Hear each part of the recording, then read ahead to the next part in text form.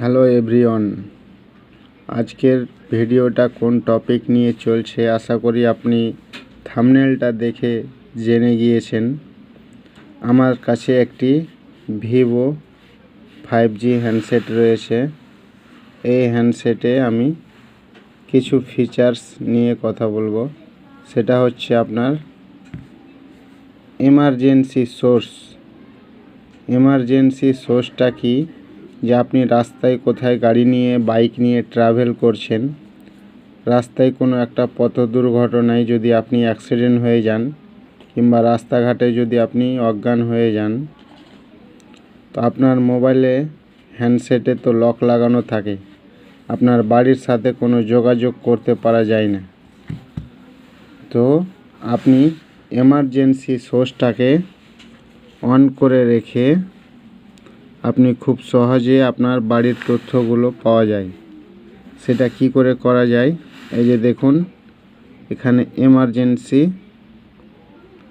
এই যে দেখুন এখানে 5G হ্যান্ডসেটে এটা সিস্টেমটা দিয়েছে, 4Gতে এটা কিন্তু নাই।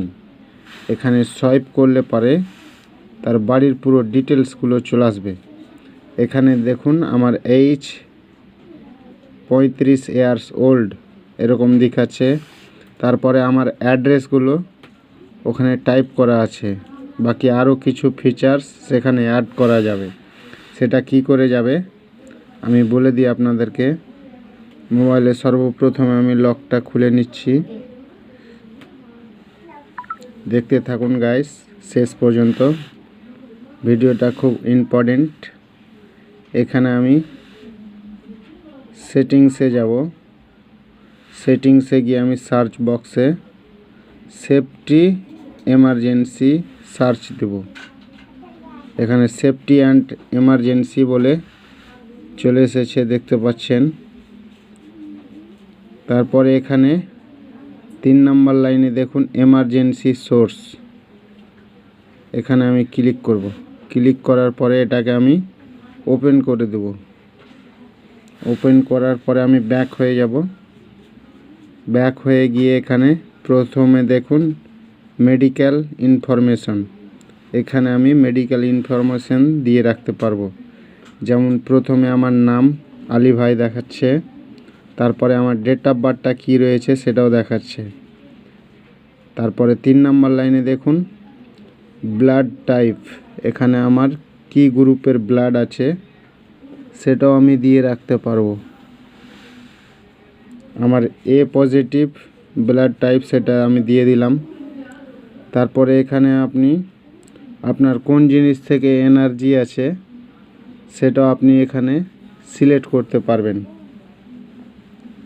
যেমন এখানে আপনার এই যে মেডিকেল নোটিশ, মানে আপনি কোন জিনিসতে আপনার এনার্জি আছে সেটাও আপনি এখানে সিলেক্ট করতে পারবেন।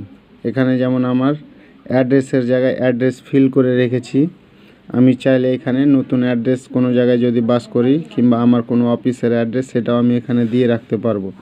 তো আমি এটা আগে থেকে দিয়ে রেখেছি গাইস, তার জন্য আমি ব্যাক করে দিচ্ছি। তারপরে আমি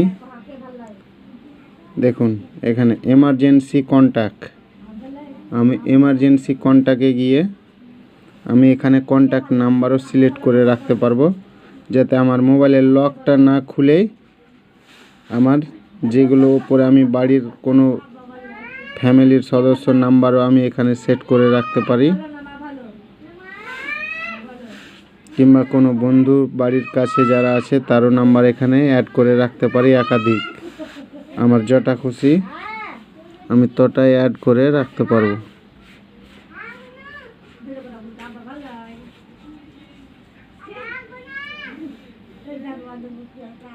যেমন আমি নাম্বারগুলো আপাতত 2টা নাম্বারে অ্যাড করে দিলাম। অ্যাড করার পরে আমি বেরিয়ে আসব। এখানে এমার্জেন্সি কন্ট্যাক্টে দেখুন অলরেডি 2টো কন্ট্যাক্ট সিলেক্ট করা হয়ে গেছে। এখান থেকে আমার কাজ শেষ। আমি এবার পুরোপুরি ব্যাক হয়ে গিয়ে মোবাইলটাকে লক করব, তারপরে আপনাদেরকে দেখাবো যে কিভাবে কাজ করে। এখন আমার মোবাইলটাকে লক করে দিয়েছি। এবার নতুন করে মোবাইলটাকে আমি ওপর দিকে সোয়াইপ করছি। দেখুন এখানে আমি এমার্জেন্সিতে ক্লিক করব। এই যে দেখুন এমার্জেন্সি ইনফো, এই এমার্জেন্সি ইনফোতে আমি সোয়াইপ করব। এই যে দেখুন আমার মোবাইলের কিন্তু লক খোলা হয়নি এখনও। আমার বয়স কত, আমার ব্লাড গ্রুপ কত, আমার বাড়ির অ্যাড্রেস, এমনকি তার নিচে দুটো কন্ট্যাক্ট নাম্বার সিলেক্ট করা আছে। চাইলে এই নাম্বারগুলোতে মানে ফোন লেগে যাবে অটোমেটিক। আমি কেটে দিলাম, মানে মোবাইলের লক না খুলে এগুলো বাড়ির সাথে যোগাযোগ করা যাচ্ছে। তো এটা আপনারা যারা রাস্তায় ট্রাভেল করেন, হ্যাঁ, তারা মোবাইলে এটা সিলেক্ট করে রাখবেন, ভবিষ্যতে কোনো দিন কাজে লাগতে পারে।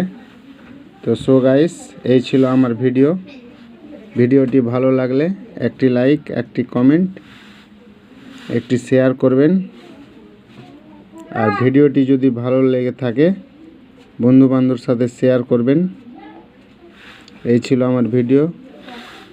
ওকে, বাই।